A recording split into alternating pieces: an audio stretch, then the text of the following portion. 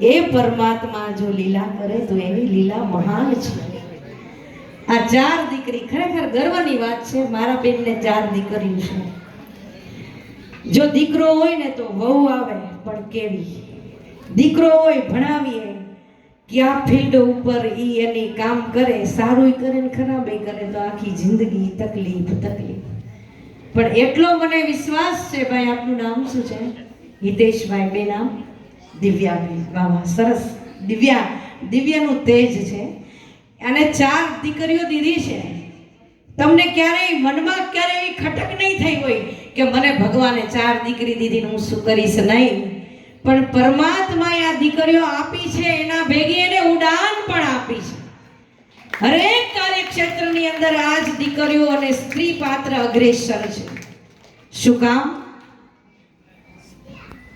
એકથી જો આ સર્વગ્ર સૃષ્ટિનું સર્જન ન થયું, પરમાત્મા મહાદેવ પણ અધૂરો હતો જ્યારે એને મા સતી પાર્વતી નતા મળ્યા ત્યારે. શિવ અને શક્તિનું જ્યારે મિલન થાય ત્યારે સર્જન છે, સર્જનાત્મક પ્રવૃત્તિ છે. બ્રહ્મા, વિષ્ણુ અને મહેશ. ત્યારે બ્રહ્માજી પોતાના બુદ્ધિથી સક્રિય થાય છે. પાલન પોષણ હાથની વાત છે. એટલે ત્રણેય દેવતાના આશીર્વચન હોય ને એને ઘરે આવી લક્ષ્મીજી હોય ભાઈ. એટલે હિતેશભાઈ આપણું ભવિષ્ય બહુ ઉજળું છે. 4 દીકરાનો બાપ અત્યારે કોલર નહીં ચડાવે, દીકરીનો બાપ રાજા છે આ યુગની અંદર. હે ભલે તમારા આગળ ધન સંપત્તિ નથી, પણ પરમાત્મા દીકરીનો ગુજારો એવો કરી દેશે. એને એવા સમૂહ લગ્નનું આયોજન આપણો સમાજ કરે છે. એવા નવીનભાઈ આપણે હારે જ ઉપસ્થિત છે.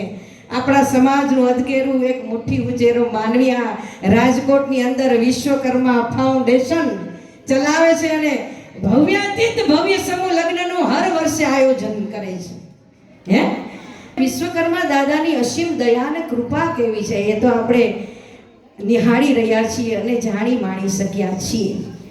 પણ હિતેશભાઈ, હું વિશ્વકર્મા દાદાને અને મા સતી લોયણમાના શ્રી ચરણોમાં પ્રાર્થું છું કે તમારી એક દીકરી આકાશમાં ઉડાન ભરશે ને ભરશે. ત્યારે હું હોય હમ રહે ના રહે, પણ આ વાત મારી યાદ રાખજો મારો ભાઈ કે આ જે દિલથી જે વાત નીકળે છે ને એ લાગે છે.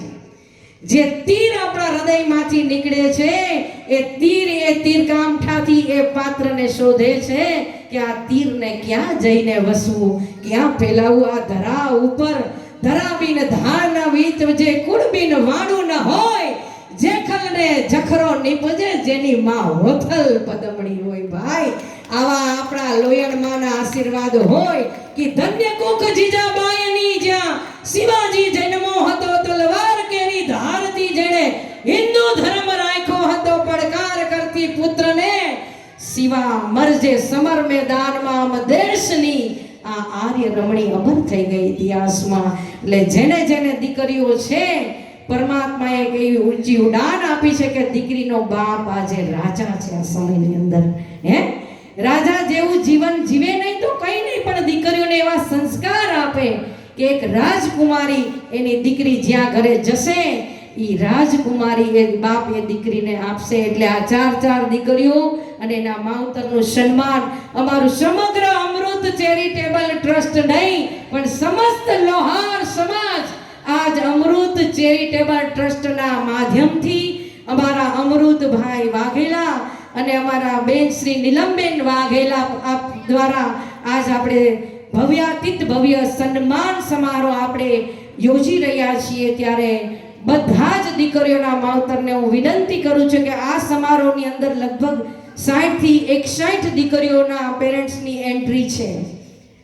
આ 3 થી 3.5 મહિનાનું કામ અમારા અમૃતભાઈ એનો સમગ્ર પ્રવીણ યોગેશભાઈ ઈ1 એમનો દીકરો બોમ્બે છે ને ત્યાંથી પણ એ રજા લઈને એના દીકરો અને વહુ અહીંયા પધાર્યા છે.